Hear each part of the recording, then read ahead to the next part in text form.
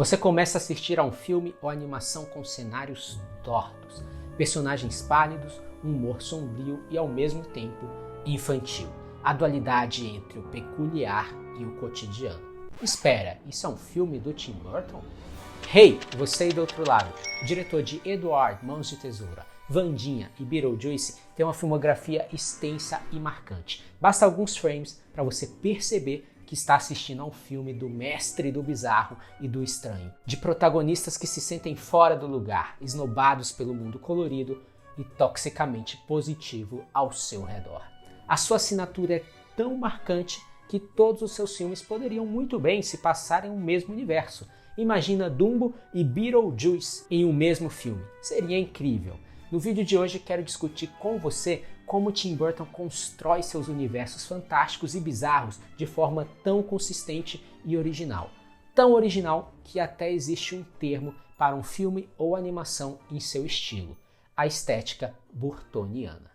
Antes de mergulharmos no universo de linhas tortas e olhos esbugalhados, precisamos fazer uma simples introdução sobre quem é Tim Burton, pois quem é Tim Burton está intrinsecamente conectado à sua estética, à sua forma de fazer arte. Ele nasceu em 1958 em Burbank, na Califórnia, típico subúrbio americano ensolarado, organizado, colorido, mas que para ele parecia monótono e sufocante. Desde criança já se sentia deslocado, o estranho na sala, muito parecido com os personagens que mais tarde criaria. Enquanto os colegas brincavam ao ar livre, Tim Burton passava horas isolado, desenhando criaturas bizarras, alongadas, assistindo filmes de terror antigo e mergulhando em histórias de monstros.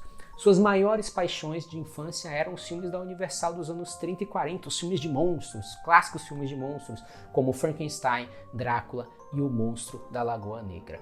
Além da estética sombria do expressionismo alemão de obras como Nosferatu, de 1922, ou O Gabinete do Dr. Caligari. Esse cenário de sombras alongadas, contrastes de luz e cenários distorcidos nunca mais o abandonou. No início da carreira, Tim Burton, após se formar na CalArts, conseguiu um emprego como animador na Disney. Ele trabalhou em filmes como Cão e a Raposa, filme fantástico, mas para ele foi uma experiência frustrante porque ele tinha dificuldades em desenhar no estilo fofo e polido da Disney e se entediava muito fácil desenhando esses animais sorridentes. Então foi nesse período que ele começou a desenvolver projetos experimentais e mais com a sua cara, como curtas Vincent, de 1982, e Frankenweenie, de 1984, que já apresentavam esse DNA burtoniano, né, que é esse misto de terror gótico, humor mórbido e a ternura pelos estranhos. Esses curtas são praticamente a semente do que seria seu universo, um equilíbrio entre o mórbido e o cômico, entre a melancolia e o absurdo. Essa estética e visão de mundo finalmente encontraram seu palco principal a partir de meados dos anos 80.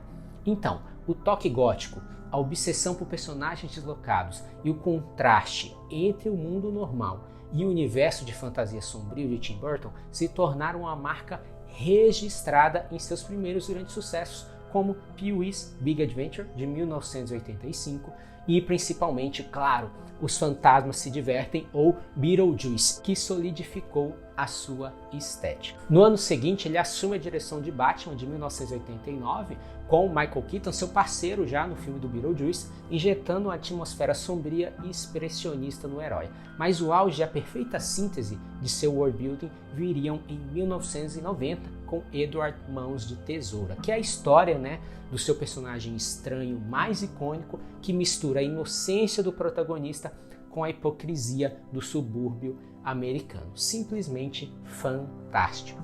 O estilo burtoniano, o que é isso? É o estilo do Tim Burton, que é essa celebração do melancólico, das linhas curvas arrepiantes, esse contraste constante entre luz e sombra, uma grande dose de gótico e atmosfera estranha e peculiar.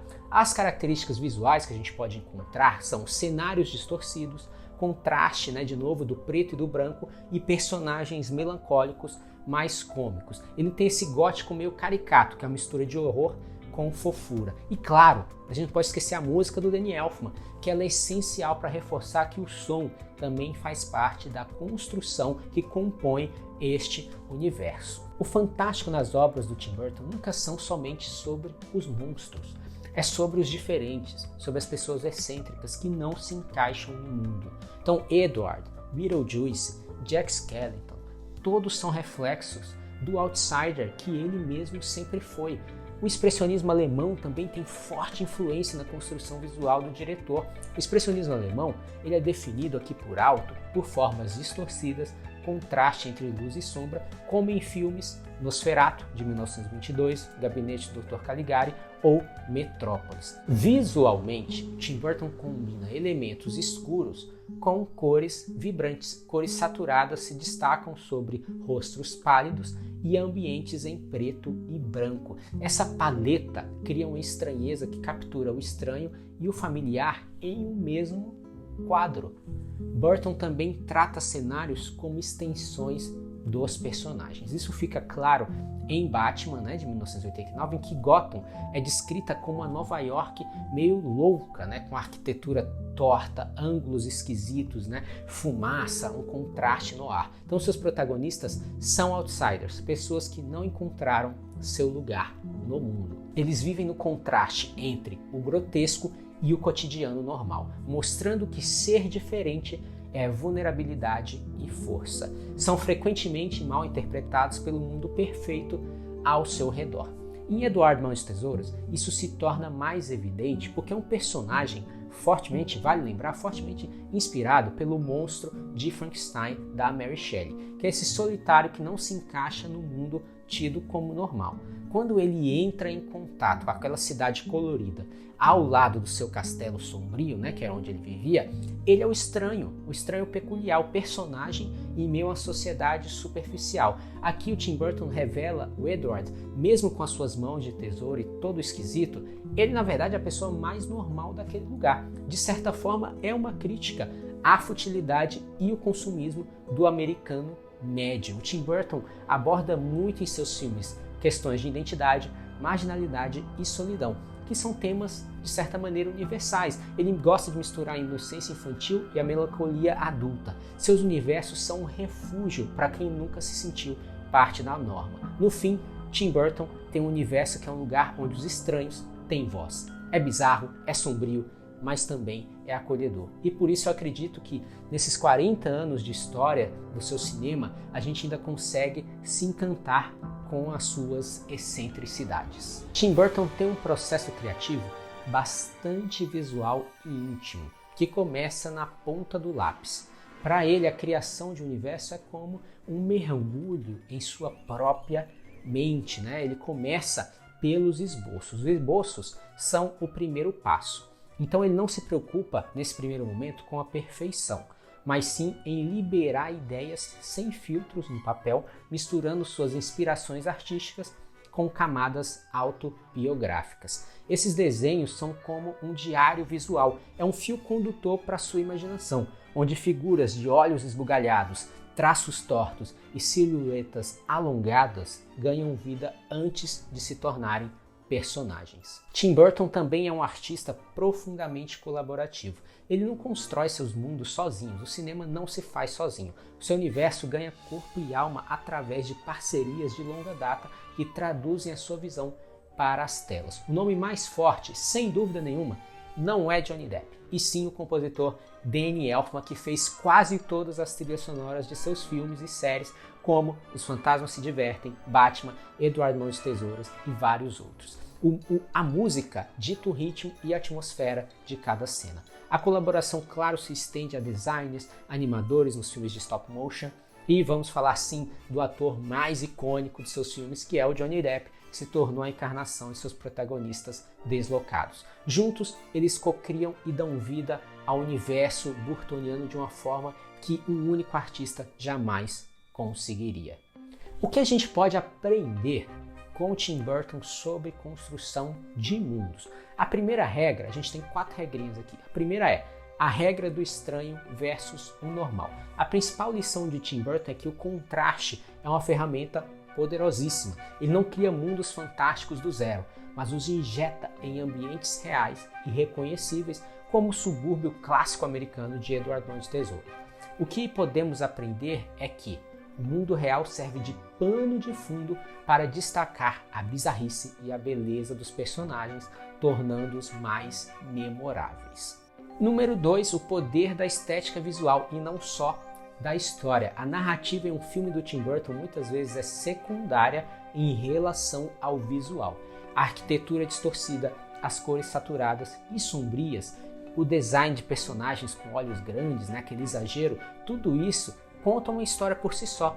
A lição é que o world building não é apenas sobre a trama, mas sobre a sensação que aquele universo evoca visualmente nos espectadores. Personagens como reflexo do mundo. Importantíssima essa lição número 3. Os protagonistas de Tim Burton, o Edward, o Beetlejuice, o Jack Skellington, não apenas habitam esses universos.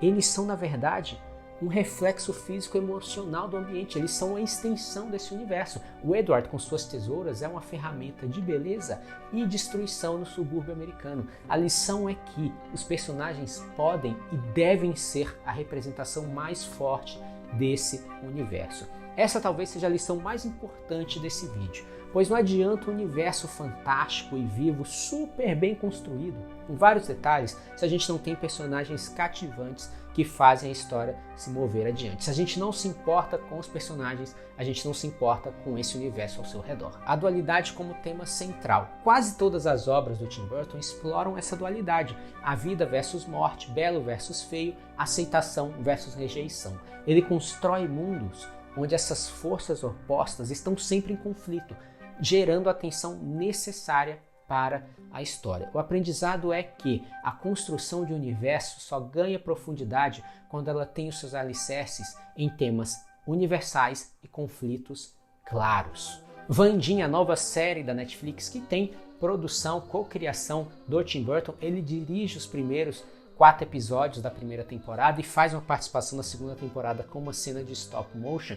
Essa série, né, a série da Wandinha, ela traduz o estilo do Tim Burton para 2025, traz de volta, né, em voga esse estilo dele, essa estética gótica, humor ácido, esse visual impecável, repleto de referências, né, diretas aos seus personagens anteriores, ao uso de cores, cenários expressionistas e, claro, personagens protagonistas excêntricos. Além de falar diretamente com a nova geração, mas sem perder a essência do estilo. Um autor que consegue se adaptar. Então, com o Wandinha, o Tim Burton conseguiu atualizar a sua estética para o novo público. Isso é incrível. A personagem é, em essência, o que sempre esteve presente em seus outros filmes. A garota estranha que transforma sua esquisitice em força. Tem algo deslocado, sombrio e insano nos mundos góticos de Tim Burton. E sob toda essa energia macabra, podemos encontrar beleza, inocência e coração. O universo de Tim Burton é um lugar onde o bizarro é poético, o sombrio é acolhedor e o estranho é humano. É esse mesmo refúgio que Wandinha traz à nova geração. E no fim, o Tim Burton nunca criou monstros para nos assustar, mas para nos lembrar que todo mundo pode ser estranho e que há muita beleza nisso. E você? Qual o filme do Tim Burton mais te marcou? Edward Mãos de Tesoura? Batman? Beetlejuice? Frankenweenie? Essa série nova da Wandinha? O que mais te marcou, o que mais te influenciou na sua carreira artística, que te fez diferença na sua vida? Talvez você se sentia deslocado como os protagonistas em seus filmes. Para mim, o meu filme favorito disparado é o Beetlejuice, o primeiro, Fantasmas se Divertem, e pau a pau ali vai ter o Frankenweenie, que é a sua animação em stop motion, que é fantástico. Se você gostou desse vídeo, não se esquece de curtir e se inscrever no canal para mais vídeos como esse que a gente explora universos fantásticos e construção de mundos bizarros. Boa criação, boa leitura. Tchau!